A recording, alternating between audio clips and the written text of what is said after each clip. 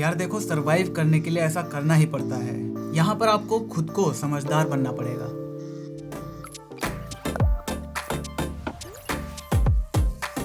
हे mindful people, स्वागत है आपका हमारी एक और नई वीडियो में, जहां पर आज हम बात करने वाले हैं इंडियन टेक क्रिएटर्स के बारे में। मतलब कि आप पूरी तरीके से इंडियन टेक क्रिएटर्स पर भरोसा कर सकते हो। तो देखो यार, ये आइडिया मेरे दिमाग में क्यों आया, क्योंकि हाल ही में मैंने एक वीडियो देखी जहां पर एक क्रिएटर ने, काफी बड़े क्रिएटर ने iPad 10.2 को और सैमसंग का जो S6 लाइट आया है, इन दोनों को आपस में कंपेयर किया है। और ये कंपैरिजन इतना ज्यादा बायस्ड है कि मतलब यार बहुत सारे लोग अपना पैसा इसमें गवा सकते हैं।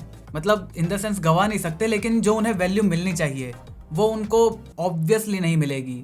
और ये सिर्फ और सिर्फ मार्केटिंग स्ट्रेटजी है। सिर्फ कंपनी जो कहती है ना कि भैया ऐसा ऐसा कह दो, हमारे प्रोडक्ट को किसी भी तरीके से तुम बड़ा बना दो एक प्रोडक्ट के सामने, तो वो चीज़ आपको यहाँ पर दिखाई गई है। और सिर्फ एक क्रिएटर ने नहीं, 2 या 3, शायद 3 क्रिएटरों ने ऐसा करा है, और वो भी सेम टाइम पे।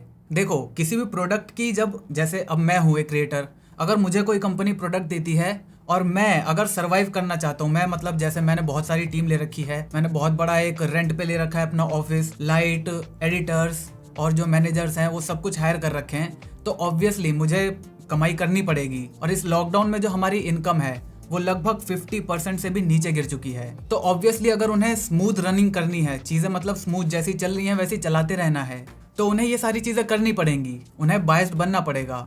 ठीक है, आप बनो बायस्ड, आप एक प्रोडक्ट लो, वो आपको अनबॉक्सिंग के लिए आता है, आप उसकी सारी अच्छी अच्छी बातें बता दो, गलत बातें मत बताओ, कोई प्रॉब्लम नहीं।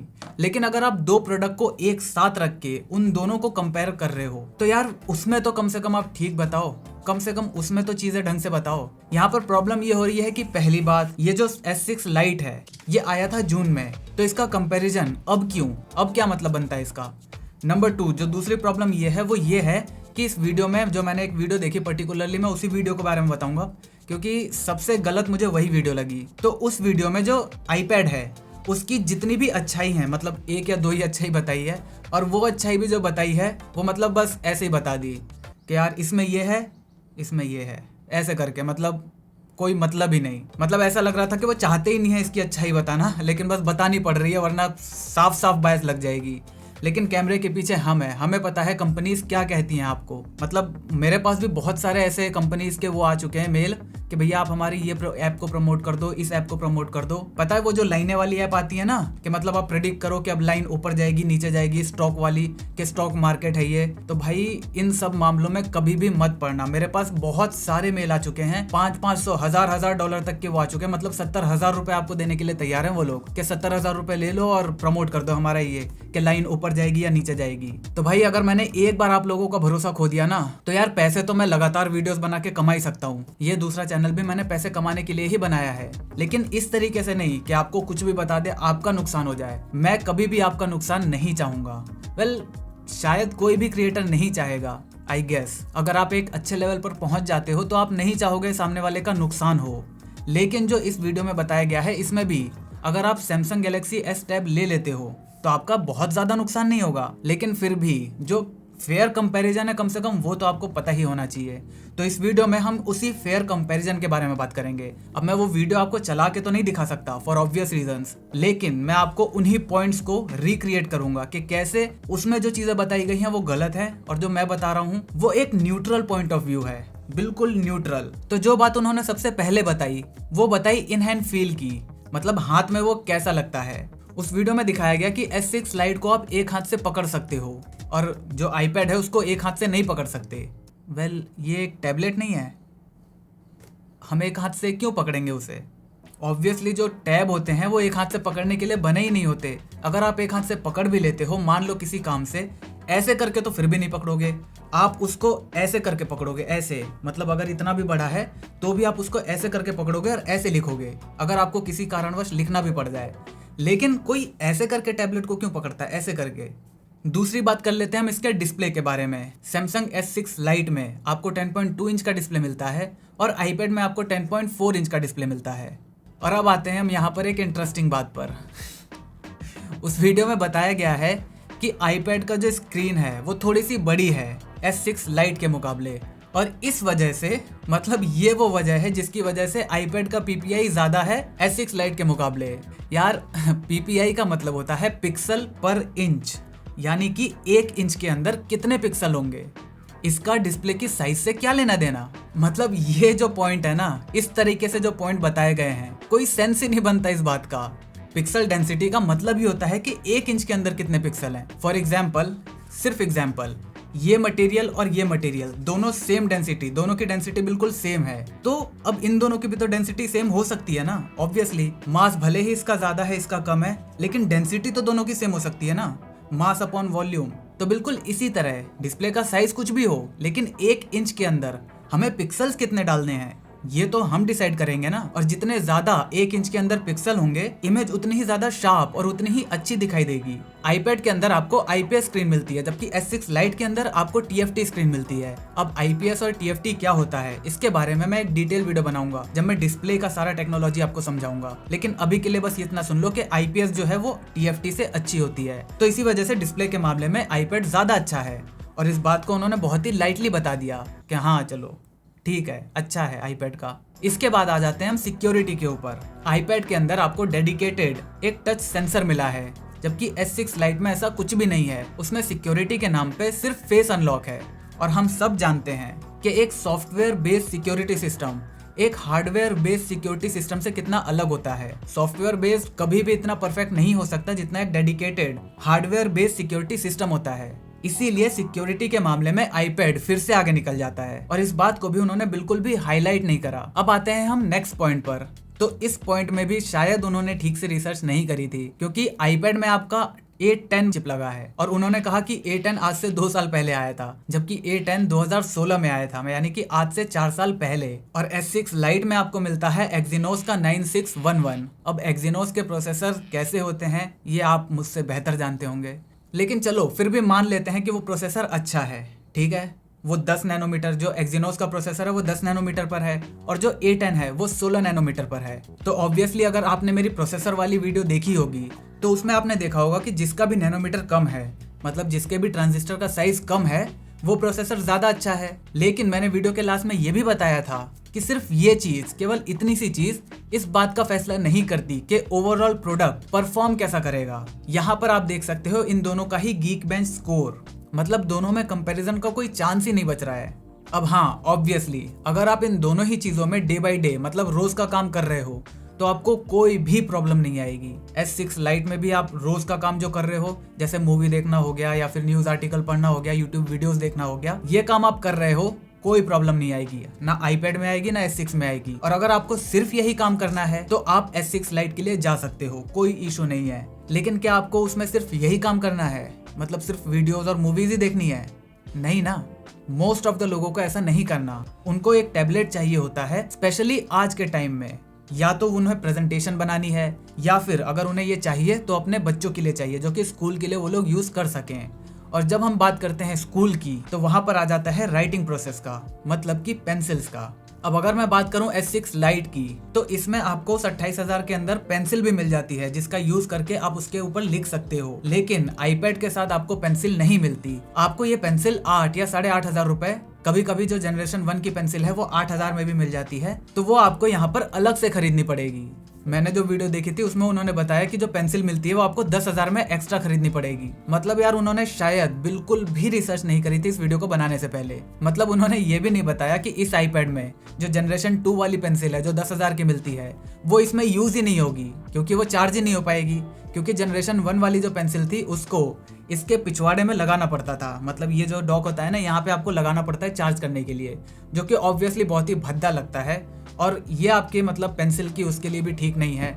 मतलब आपने कहीं चार्ज में लगा दिया पेंसिल को, पता चला आप इधर उधर जा रहे हो, आपका हाथ वाथ लग गया, आईपैड वगैरह गिर गया, तो ये एक इशू हो सकता है। तो ये सारी बातें भी तो आपको वीडियो में बताई जा सकती थी ना, कि हाँ मतलब इसमें अलग से पेंसिल लेनी पड़ेगी, और वो पेंसिल चार्ज करने का तरीका बड़ा खराब है उसका। जबकि S6 Lite में आपको उस पेंसिल को चार्ज करने की जरूरत ही नहीं पड़ती, मतलब सारा मामला ही खत्म। लेकिन अब हम आ जाते हैं S6 Lite की जो पेंसिल है और उसका जो डिस्प्ले है, उन दोनों के बीच जो रिलेशनशिप है उसकी प्रॉब्लम के बारे में।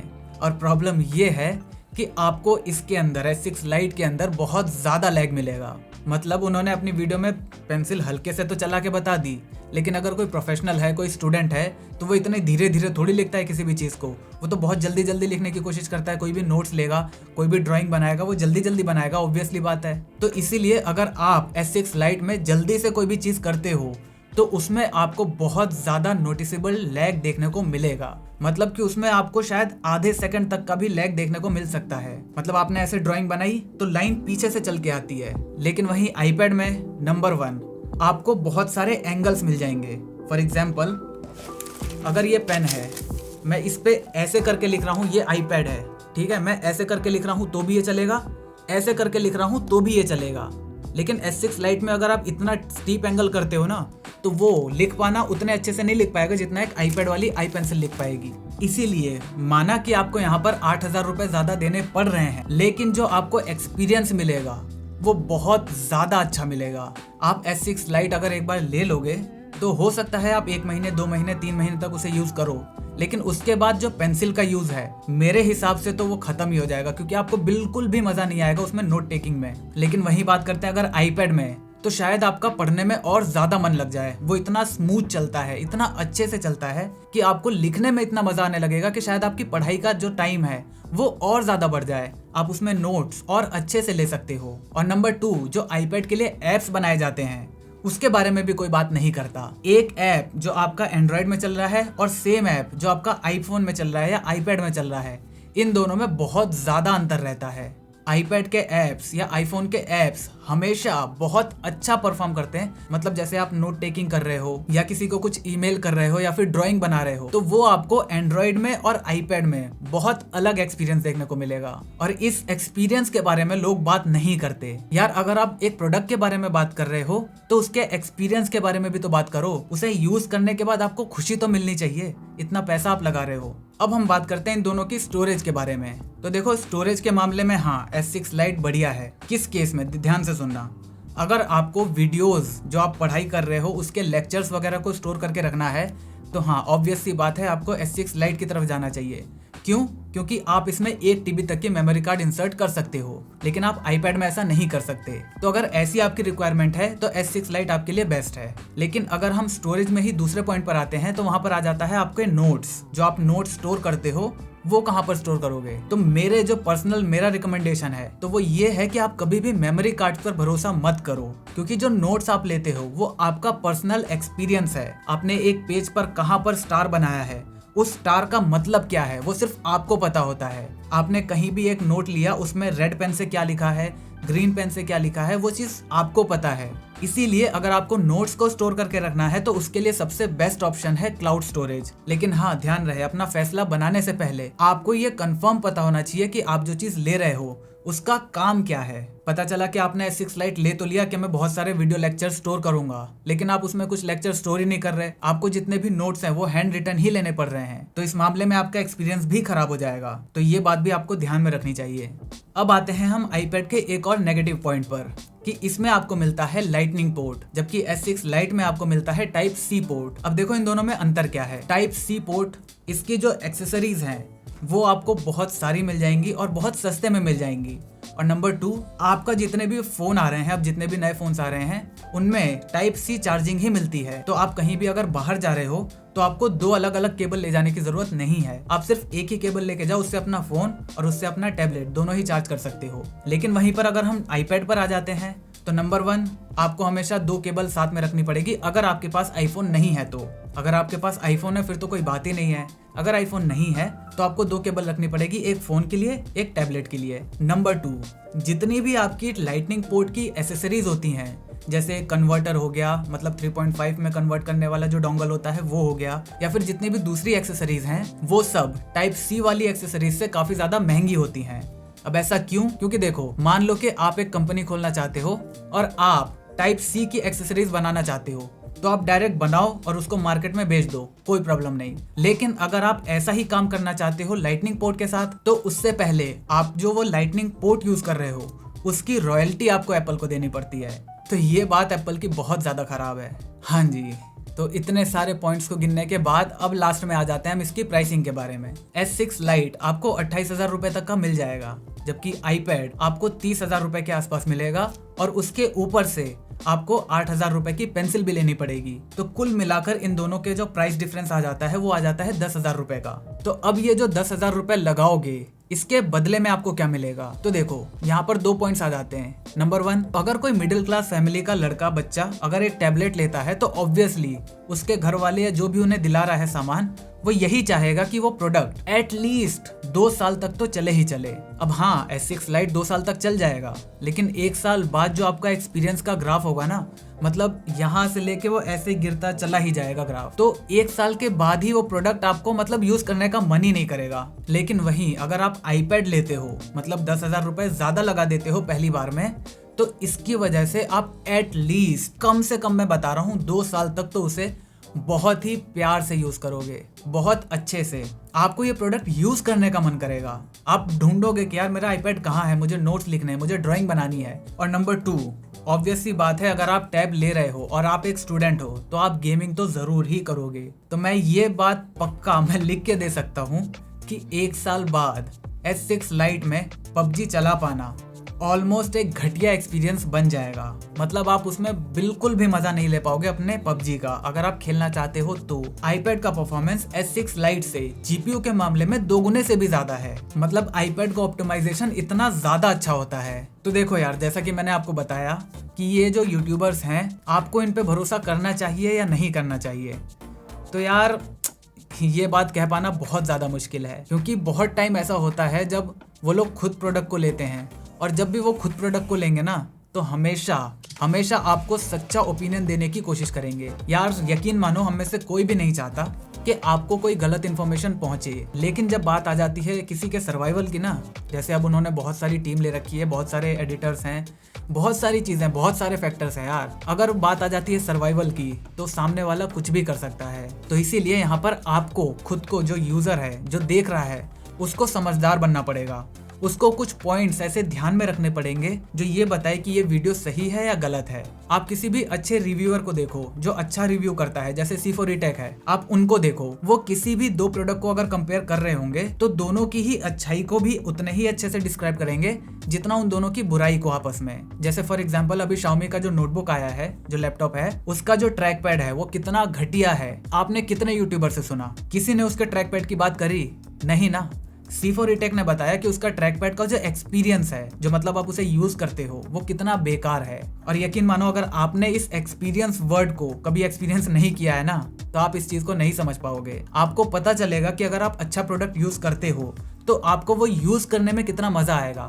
वो प्रोडक्ट आपको अपनी तरफ बुलाएगा कि भाई मुझे यूज कर। तो बस मुझे उम्मीद है कि आपको इस वीडियो से जो मैं बात बताना चाह रहा हूँ वो आपको समझ में आ गया होगा कि यहाँ पर आप किसी भी यूट्यूबर पर भरोसा नहीं कर सकते। वो आधे टाइम तो सच बोल रहा होता है, लेकिन कब, कौन सी वीडियो में वो आपसे सच छुपाए। मतलब मैं ये नहीं कह रहा कि कोई बड़ा यूट्यूबर झूठ बोलेगा आपसे, नहीं, लेकिन वो सच को छुपा सकता है।